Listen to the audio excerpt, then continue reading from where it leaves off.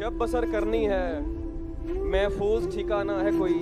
वाह। शब बसर करनी है, महफूज ठिकाना है कोई। कोई जंगल है यहाँ पास में, सहरा है कोई।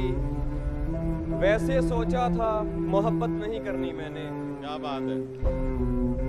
वैसे सोचा था मोहब्बत नहीं करनी मैंने, वाह। इसलिए की कि कभी पूछ ही लेता है कोई।